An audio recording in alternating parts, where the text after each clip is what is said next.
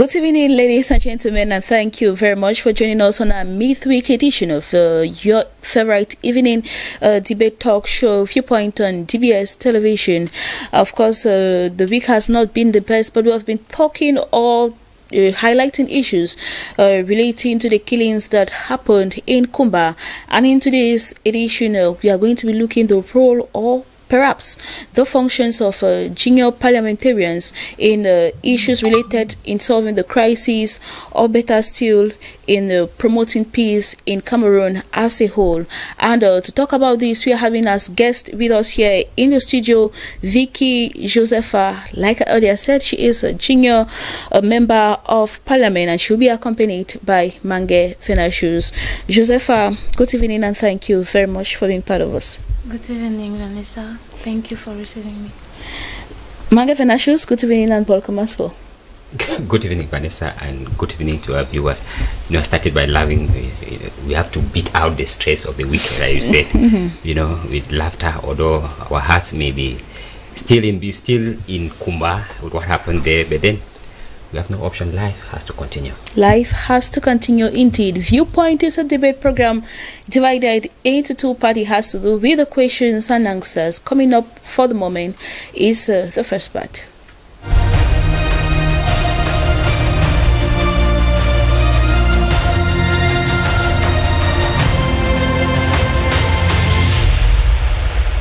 Once more, you are welcome back, televiewers. Let us take our first question in tonight's edition. Does the massacre in Kumba concern junior parliamentarians? Vicky, yes or no? Yes, of course. Yes. Mange Venashus? Yes, Vanessa, it does. Yes, it does. Is there anything children should do to reinforce their security in the Kumba? Josepha? No. There's nothing the children can do? No, there's nothing. No. Mange Venashus? Well, I think they have something. They have something. That is a yes. Ladies and gentlemen, let us take the debate.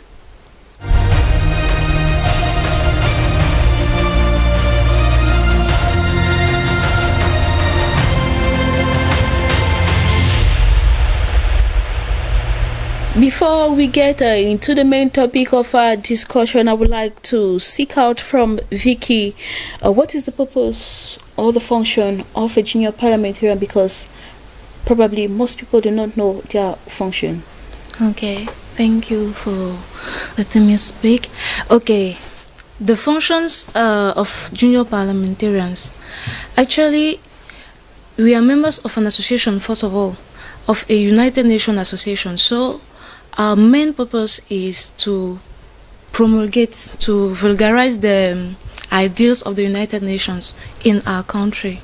Now, secondly, we also have to, how can I say it, bring up solutions to certain problems. We can bring up, let me say, propose ideas to certain problems in the country. Also, we organize how can I say, workshops for youth who are interested on the ideas of, let's say, peace, constitution, anything that concerns our country. So we are there to talk to them about a constitution, what they have to do, their rights to vote, all the things that go around. All right, you talked of the ideals of the United Nations. Yeah. So what are those ideals in particular? The ideals of the United Nations, there's first of all, there's peace, there's justice, there's the respect of human rights, equality of gender, and just to name a few. Just to name a few. Yes. All right, we know that at least 180 of you as the youth are always being selected to represent junior parliamentarians in your various localities. So what is recommended for one to be part of this? Okay, there's nothing special about it. Let me first of all say it, because many think it is just many think that is a matter of connection, being a child of a minister and the rest. Of course, but that's not the case. So to be junior parliamentarian, you simply have to write an application to the founding president of the association. You need to have you send you join to your application. You join 2 passport size photographs. You also have to join a copy of your ID card, and it depends on the category you want to integrate, because there are junior diplomats, there are junior deputies, ambassadors, and junior senators. So depending on your level of studies, you just have to join to the application a copy of your last diploma. There is a number of recommendations and or documents needed. That's all for you to apply. Yes, and you pay your fees. I think it's 10,000 that you send. And all right, if you're qualified, you're being selected. Yes, that's it. It is very linear on the younger ones, because you have to be very good in school. They also take note of your academic records. Yes. All right. For those who are very Thank you very much, Vicky, for that. Let us get now into our main topic of discussion. Does the massacre in Kumba concern junior parliamentarians? Do you think that yes, it does? So how implicated are you people? Okay, we are implicated. First of all, as I said earlier, we are, how can I say it, proning, if it is said in English, we are proning peace. And we are here to vulgarize the SDGs, the 17 SDGs, of which the fourth is quality education. So we are concerned about that, as it how can I say, it goes, what happened in Kumba goes against what we are proning, what we are trying to promote. Yes, thank you. It goes against what we are trying to promote. So in that sense, we are actually working on ways to, how can I say it, to see how to sensitize more on that, because maybe we are not well known on that side. We don't really have access to those places, and maybe if we can talk to them, if we can make them understand that it's very important, peace is very important. We can make them understand that education is very important. We can make them understand that love, all those things are very important. Maybe we may have succeeded somewhere. Somehow. Yeah. So looking at the incident that happened so far, what are the concrete actions that people have taken? Those actions people have carried out already? Okay, the actions that we have carried out already. Actually, I will not say a lie, but actually we are just trying to sensitize. But going on the saying that we went on the spot and did this and did that, not yet. Not yet. Yes. Anyway, there are many mediums or platforms through which you can carry out Facebook. Anyway, social media platforms. Social media. Yes. Thank you very much, Vicky, for that. I will turn to Mange Fenashus. You equally think that junior MPs have something to do as far as the killings or the case or what happened in Kumba is concerned? Yes, Vanessa, we'll talk of junior MPs. Junior, from that name, in fact, tells us about the youth, young people, and the incident in Kumba involved young people. I remember when I was listening to what Vicky was. Vicky, I don't know whether an MP, I call you honorable or not. And okay, what honorable was saying, I was like saying that, when we talk about one of the criteria to be selected is taking note of your academic performance. And these are young people who were killed because they were going to school. Which means without school, without education, these other children may, in fact, forget the dream about becoming an honorable like her or like them. So I think it concerns them directly because it is one of them. Remember, she says they are out to promote peace.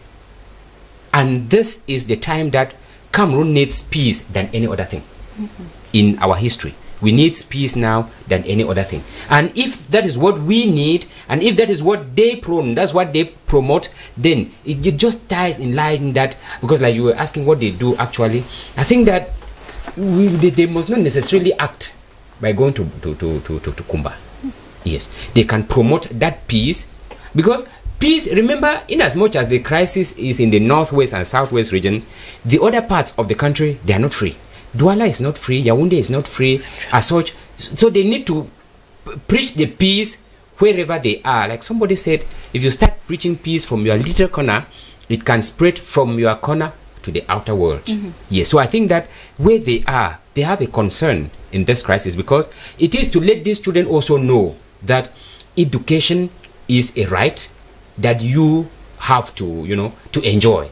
It is to let the parents know that educating your child is a right that they have to, you know, exercise. It's a duty they have to give to their children. It is to let the communities concerned, I'm talking of the Northwest and Southwest regions, I'm talking of those who are against education. Because you know there are people in this crisis who say that they should not go to school. Yeah, probably. Yes. So many of them are even out of the country. Sending their children to school there. That is the worst. That's the irony in the whole thing, because they live in well-secured countries with their children going to well-secured schools, and then back home they should not go to school. So I think this is high time that these MPs, these junior MPs, they need to cry now more than ever before that education is a value, is a, you know, it is a, you know, how do we call it, something that we need. Right, that we cannot neglect it. We cannot just let it go. One of the keys to development, Mankevna. Exactly, because some people just feel that through education they may achieve their, you know, their dream goals which do not even exist. So I think that this is the time it concerns them, because if they are not educated, they will not attain, they will not reach this area where these honorables are. And then I would rather think that. And of course, in the future, we might need these children as parliamentarians to sit and discuss about the rules or the laws being decided in Cameroon. Vanessa, I think getting them into this point, into this where they are, it was like, you know, they're initiating them into a national, you know, agenda, initiating them into, because now, that's why she says she's honorable. And Vicky, I don't think that you enjoy this honorable title, and then tomorrow you let it go, because tomorrow you would likely. Anyway, she should bear in mind that honorable is for the people. But in Cameroon, honorable once and honorable for life. I think so. So I think that it is like initiating them into getting to know that tomorrow I can also get into politics. Politics for the development of the country, not politics because you think that you only go to your constituency when you want to be elected. But I was also doubting, I don't know, Vicky, whether there are the people have also constituencies where you carry out your campaign and all the other things, or all those kind of things. But normally, as a junior member of parliament, they were supposed to go back to their localities and carry out some community work there or sensitization work there, because they are representing their communities. That is why that's why when I talked of constituency, and I was saying that I think that maybe they go back to their constituencies and carry out some lobbying, some you know, trying to convince, you know, that tomorrow in the next election, come back again, I will still be there. And then when we say politics, remember, people will vote you, or they will select you on your output, how you used your mandate to, you know, to achieve the target, the goal for which they are going in for, Vanessa. Thank you also, Mange Venatius. And since you are talking about their mandate, I would like to know whether junior parliamentarians also have a mandate, or it's a lifetime process. No, actually we have a mandate. All right. Of 2 years. For the junior senators, as I am one of them, it is renewable ones. All right. Just once. All right, renewable under another application or based on your performance? Well, actually, as I said, it's my first year, so I've not yet thought my first mandate. I mean, so I've not thought of. I'm not yet thinking of renewing it. So when I will be trying to do so, maybe you will know about it. Yes. All right. Is there anything children should do to reinforce their security back in the Southwest region, precisely Kumba, or in the crisis regions as a whole? And Vicky, you think that there is nothing these children can do. Why do you think so? Okay, I think so because actually you said children. They are children. They are children. So a child has to be protected. A child has to be protected firstly by his parents, his own parents. He has to be protected by his family in general, and also by the community and also by the state. Yes. So I don't think these children can do anything. If we are talking about what happened in Kumba, I don't think they could do anything. They were actually in class, they were in school, with their books, their pens, and all these. They had no, how can I say, even the pen, no weapon. Even a pen cannot help them by the time. So actually, they can't protect themselves. They can't protect themselves. So the children are left to the mercies of their parents and the community. We have to protect them, not just like they have to. They have to. Yes. So how can they protect them now? Okay. How can they protect them? Or how do you think? Or what are the things that parents could do, or the state, or the community, to protect these children? What I think is that their parents must have done their own already,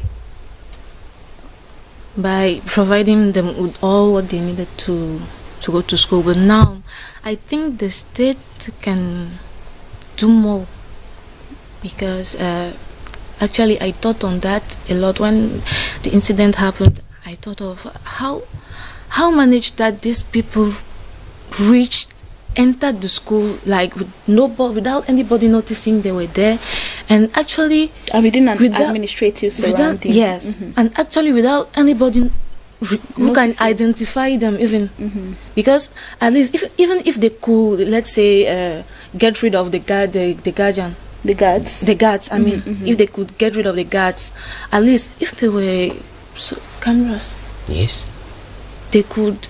It could help the police to trace them. That's my point of view. So actually, that's what I think should be children. Okay, have nothing to do. She thinks that security should be reinforced, or probably surveillance cameras, in order to actually see these perpetrators. Mangavena shoes. So what should children do if you think that they can do something to strengthen their security? Like I started saying, these are young MPs.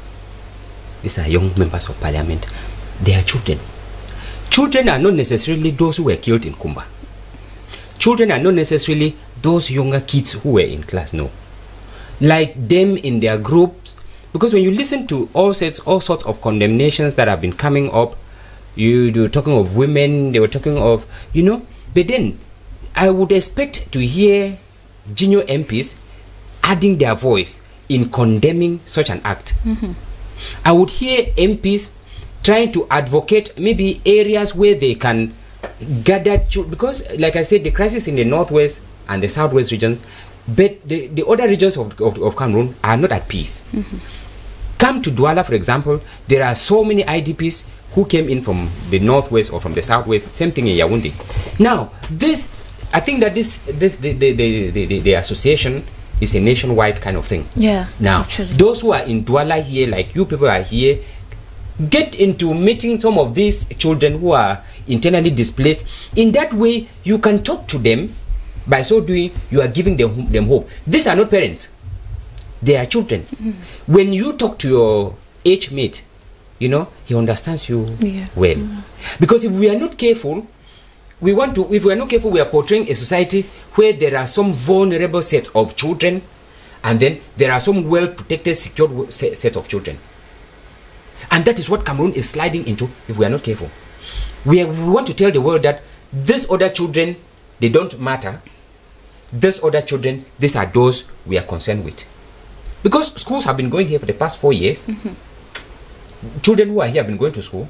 Now, what about those who have been there? So I think that they can do something by letting those who are here. Vanessa, I've always been decrying this issue where some people see these IDPs who come this way as they are a social threat to them. I remember of what is happening in Bonaberi, where you see most of those who are involved with all forms of unhealthy acts, especially the girl child. We are abusing them by our silence. They are being tapped. Of course. They are being tapped as there is a heightened level of insecurity because in of the region them. Because of actually some people who are coming. We are killing them. We are adding up to their trauma, to their sorrow, to their distress by our silence. And I think that if other children's association like these junior MPs, if they could, they are not. And I think that you people recognize a kind of a national recognition. I believe that the state knows you. Actually. So if you people get into the divisional officer's office and write that we want to get to some of these IDPs and talk to them as an association, you are doing something. You are doing something to make sure that they feel that at least this is our country too. They should feel that they have not been isolated. They should feel that they have not abandoned them to their fate. But then, if we are silent, an adage says, you are an accomplice once you are silent against an evil. Once it is bad, speak out that it is bad. No matter how little the voice may be, say it out. History will make it. History will keep it. That this group of parliamentarians, or you will go into your account as this group of parliamentarians advocated. Remember, he said your objective is to make sure that you promote peace, you promote the respect of human rights, and these are the rights. Well. These are the rights that are not being respected out there. So it is not something that we can just say it is for the state, it is for the adult. No. You people are already a state-recognized association, which means you can stand as a state. If anything happens to you here, it becomes a national issue because you are an honorable, an MP. So it means if MPs come out, you have the weight, you have the voice. So I think that children can do something. So because when we talk about security, it is you better understand what are these rights. Because when we simply say respect of human rights, it is too vague, too open. Yes. Let them know that it is your right to go to school. Let them know that the fact that you are supposed to be kept and respected and preserved from all forms of violence is a right. By so doing, the right to live. The right to live. By so doing, you are arming them to know that this is what I'm supposed to reclaim from this society. This is what I'm supposed to reclaim from this country. And by so doing, we are giving them that security that they need. Remember that we were saying that with this crisis, it is not all about ending the crisis that matters. Yeah. It is about solving the psychological trauma that these children have gone through. Families. Yeah. Even an adult, when you get the sound of a gun, we've got people who say that they likely, pee on them because of that sound of a gun. What about the child? That child will still live and is still living in that nightmare every moment he is silent, or that child is silent. And it is high time that we need to talk to them, approach them, try to kill out that stress in them, that that trauma in them. You make them feel that anyway, we simply change from, we are in the same house, we simply change from one room, which is the northwest or southwest, to another room, which is Douala, Yaoundé. Anyway, we wish that using this platform, so other junior parliamentarians watching at us will take action in regards to that. Thank you very much, Mange Venashus. Josepha, yes. As a junior parliamentarian, probably, are your activities running smoothly, or you face some challenges? Actually, there are actually some challenges. All right. Like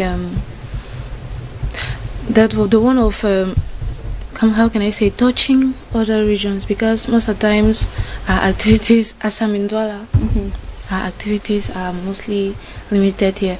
When you were talking, you said you thought of going back to your constituency. It's true that on the beginning, luckily they are even there. I went with some of my, how can I say, some of their MP colleagues. My colleagues. I mean, my counterparts. That's how we always say my counterparts. All right. Yes. Back to our constituency and we met with some. How can I say? I will not say rascals, but youth that are trying to get out of comment je vais dire. Of poverty. Poverty, actually. Yes. Right. Yes, they are trying to make their way. I mean, they are trying to earn a living, to survive. Yes, actually, we did something like that in Bafia. I think it's 1 month or 2 months ago. Which of the Bafias, in the center region or in the south? In the center region. Yes. Bama Inubu. Yes. Okay. So we did this, and we also went to. We went to Bafia, we went to Bokito, we went to, I think that's all. All right. Yes. All right. What do people do? So the difficulties that we may face, like when we went there last, I can remember we had some, in the rainy season, going to the village is very, right. So the roads were not really... Transportation was not easy. Yes, it was not easy. But... when you work with, how can I say, when you are devoted, you can just manage. And do you not have any challenges with politicians? Politicians, actually, just the fact that he's calling me Honorable Honorable, already is a problem. So you're already a threat to another honorable. A threat to another, to a real, actually honorable. To an adult honorable. An adult, if you can say so. No, but to those in the. it's a lineage, chamber. so they'll Yes. have to give up someday for you to take over. Vanessa, in Cameroon, people don't retire. They'll die there, so they're not giving way. That's why they find that they're threatening them. All right, Mangavenashu. So, Josefa, Yeah. what could you tell children or students in the Northwest and the Southwest region in the face of this crisis? What could be your advice? Oh, my advice to those in the Southwest and the Northwest. Actually, first of all, start by saying my sincere condolences to all the families, to all the families that lost someone, be it a child or A brother or a sister. But what I would tell them is to continue and how can I say, try and keep love in their heart, because we know that in such situations we tend to think of revenging. You lost your child, you lost your brother. What first of all comes to your mind is to the person who did this, to this, I'm going to. But I don't think You're just calling them, they should keep calm. Yes, I don't keep that think spirit thinking of love that way will help.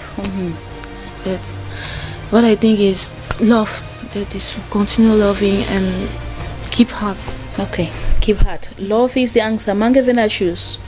Yes. To these children in particular. Yeah, simply like she's saying, we just need to know that there is more grace in rising up than remaining there, because if you fall and remain lying there, you remain lying there. So I think that they need to pick up their pieces and move ahead. Life is that falling and getting up. Then made me think that MPs should also, because I believe that many people do not know about these MPs. Yeah, in fact, their that I do believe that I can too. confess that I came to Douala before I knew of them. So I don't know whether somebody in my native Jakiri would know that there are MPs, whether they can also try That's to a even difficulty. apply. If there's anything like that, I think that Yeah. they should open it up. That's why I think that this platform is an opportunity for those who are watching us to know that you can also, advocate to become And an it's very MP easy. and honorable. All right.